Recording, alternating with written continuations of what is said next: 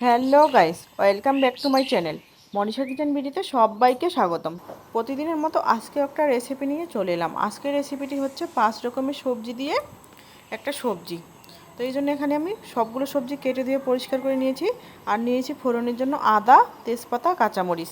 তো সবজির মধ্যে রয়েছে আলু, পটল, বরবটি, কাঁঠাল বীজ আর হচ্ছে মিষ্টি আলু। তো রান্নার শুরুতে একটা কড়াই বসিয়ে দিয়ে দিব রান্নার তেল।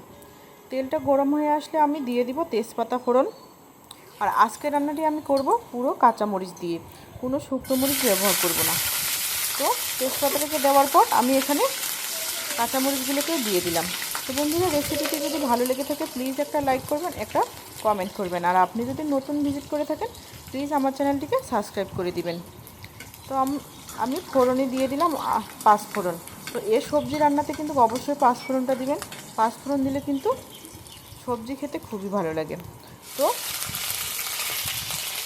কাঁচামরিচগুলো ভেজে নেওয়া হয়ে গেছে। এবারে আমি আদাটাকে দিয়ে দিচ্ছি। আদাটাকে দিয়ে আবারও আমি প্রায় এখানে মিনিট 2-এর মতো ভেজে নেব। তো ভেজে নেওয়া হয়ে আসলে আমি সবজিগুলো অ্যাড করে দেবো। সবজিগুলো কিন্তু আগে আমি ভালোভাবে ধুয়ে পরিষ্কার করে জল ঝরিয়ে নিয়েছি। তো এবারে ফোড়নের সাথে ভালোভাবে সবজিগুলোকে মিলিয়ে দিচ্ছি। এরকম একটু নিরামিষ রেসিপি থাকলে অন্য কিছুর আর প্রয়োজন হয় না। এটা কিন্তু রুটির সাথে বা গরম ভাতের সাথে খেতে খুবই ভালো লাগে, অথবা পোলাওয়ের সাথে রাখতে পারেন এই রেসিপিটি। তো এবারে ভালোভাবে নেড়ে চেড়ে এখন আমি ভেজে নিচ্ছি সবজিগুলোকে।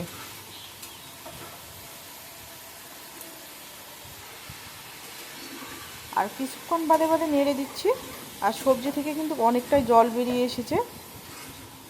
তো এই জলটাকে শুকিয়ে আমি ভেজে নিব আরও কিছুক্ষণ।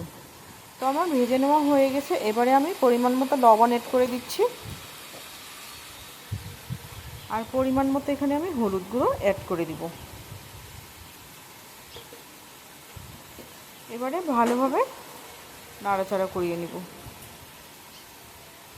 তো এখানে আমি লঙ্কা গুঁড়োটা ইউজ করব না, যেহেতু আমি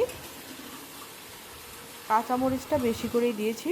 তো এবারে নেড়ে চেড়ে সবজিগুলোর সাথে আমি মিশিয়ে নিচ্ছি লবণ হলুদ থেকে। তো মিশিয়ে নেওয়া আমার হয়ে গেছে। এবারে আমি আরও কিছুক্ষণ ভেজে নিচ্ছি।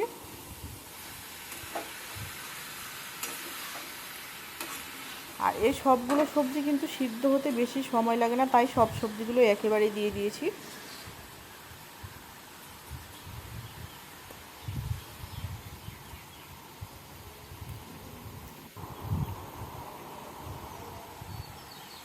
তো বন্ধুরা, সবজিগুলো ভাজা আমার হয়ে আসতেছে।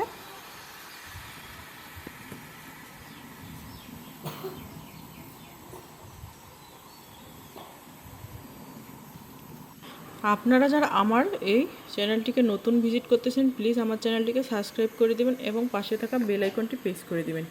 এতে কিন্তু আমার ভিডিও ছাড়া মাত্র আপনাদের কাছে নোটিফিকেশন চলে যাবে। এতে কিন্তু আপনারা নতুন নতুন ভিডিও দেখতে পাবেন। তো সবজিটাকে নেড়ে চেড়ে আমি ভেজে নিচ্ছি। তো সবজিগুলো ভাজা হচ্ছে এখানে। আর ভাজতে হবে কিন্তু বেশ সময় ধরে, আর কিন্তু শেষের পর্যায়ে আমি কষবো না, তাই সবজিটাকে ভালো মতো ভেজে নিচ্ছি। তো যতদূর পারবেন আপনারা এই সবজিটাকে ভাজার চেষ্টা করবেন। তো এবারে আমার ভেজে নেওয়া হয়ে গেছে। তো আমি এখানে গরম জল দিয়ে দিলাম। আপনারা চাইলে কিন্তু কাঁচা জলও দিতে পারেন, তবে সবজির মধ্যে গরম জল দেওয়াটাই ভালো। তো আমি বেশি গরম জল দিতে পারিনি, উষ্ণ গরম জলটা দিয়েছি। তো জলটা আমি কতটুকু পরিমাণ দিয়েছি দেখেই বুঝতে পারতেছেন বন্ধুরা, অনেকটাই কম পরিমাণে দিয়েছি। তো এবারে রান্না করে নেব কিছুক্ষণ। আর এই সবজিগুলো কিন্তু সিদ্ধ হতে বেশিক্ষণ সময় লাগে না। তো আমি ঢাকা দেওয়ার পর আরভাবেই আমি 4 থেকে 5 মিনিট রান্না করে নিলাম। তো 4-5 মিনিট। তো জলটা কিন্তু এখনও আমার শুকিয়ে যায়নি। তো আবারও আমি নাড়াচাড়া করে রান্না করে নেব কিছুক্ষণ। চুপচাপ বসে থাকো, পাখা রুজি বাতাস। তো আবারও ঢাকনা দিয়ে দিব। দিয়ে আমি আবারও 3 থেকে 4 মিনিট পর ফিরে আসলাম। তো জলটা এবারে পুরোপুরি শুকিয়ে গেছে। তো এবারে নেড়ে চেড়ে আমি সবজিটাকে একটু ভেঙে ভেঙে দিব, এতে গ্রেভিটা অনেক ভালো হবে। আর যেহেতু কাঁঠাল বীজ দিয়েছি তাই সবজির কালারটা এরকম হয়েছে। আপনারা যারা রান্না করেন তারা বলতে পারবেন যে কাঁঠাল বীজ দিলে যে কোনো তরকারি কালারটা এরকম হয়ে যায়।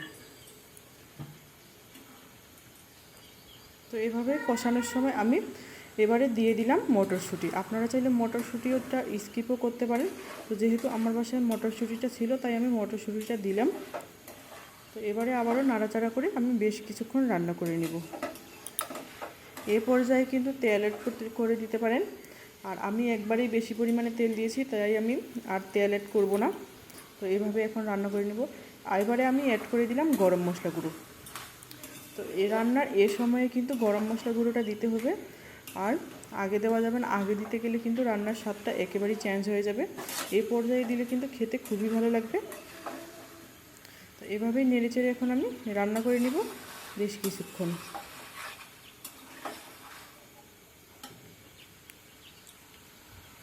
তো এই পর্যায়ে কিন্তু চুলার আঁচটা মিডিয়াম টু লোয়ে রাখতে হবে। আর কড়াইয়ে লেগে গেছিলো তাই আমি আরেকটু পরিমাণ জল দিয়ে দিলাম। এখানে হাফ কাপেরও কম আমি জল এড করেছি। তো জল এড করে এখন আমি আবারও কষিয়ে নিব 3 থেকে 4 মিনিটের মতো। তো কষিয়ে নিতে নিতে কিন্তু আপনারা চাইলে এর মধ্যে শুকনো মরিচের ফোড়নটাও দিতে পারেন। আমি কিন্তু দিব না, আমি একবারেই ফোড়নটা দিয়ে দিয়েছি। তো বন্ধুরা, রেসিপিটি যদি ভালো লেগে থাকে একটা লাইক করবে, একটা কমেন্ট করবেন।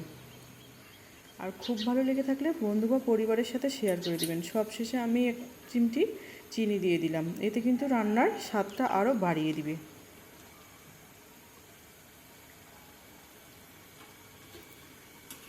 তো রান্নাটা আমার প্রায় হয়ে এসেছে। তো চিনিটা দেওয়ার পর এভাবে কিছুক্ষণ নাড়াচাড়া করিয়ে নিব যেন চিনিটা ভালো মতো মিক্সড হয়ে যায়। তো সবজিটাকে এভাবে নেড়ে নেড়ে আমি কিছুটা ভেঙে নিয়েছি। তো রান্নার প্রায় শেষ পর্যায়ে চলে এসেছে। তো এদিকে জলটাও শুকিয়ে এসেছে আর সবজিটাও আমার রান্না কমপ্লিট। তো চুলা বন্ধ করে এবারে আমি সার্ভ করে নিব। তো সার্ভ করে নিলাম। তো নিরামিষ রেসিপিটি আমার একেবারেই তৈরি। তো আজকের রেসিপিটি আমার এ পর্যন্তই। নিরামিষ দিনে এভাবে সবজি রান্না করে দেখতে পারেন। এই সবজি থাকলে আর অন্য কিছুর প্রয়োজন নেই। তো বন্ধুরা, আজকের রেসিপিটি আমার এ পর্যন্তই। এতক্ষণ সঙ্গে থাকার জন্য অসংখ্য ধন্যবাদ। Thank you for watching my video.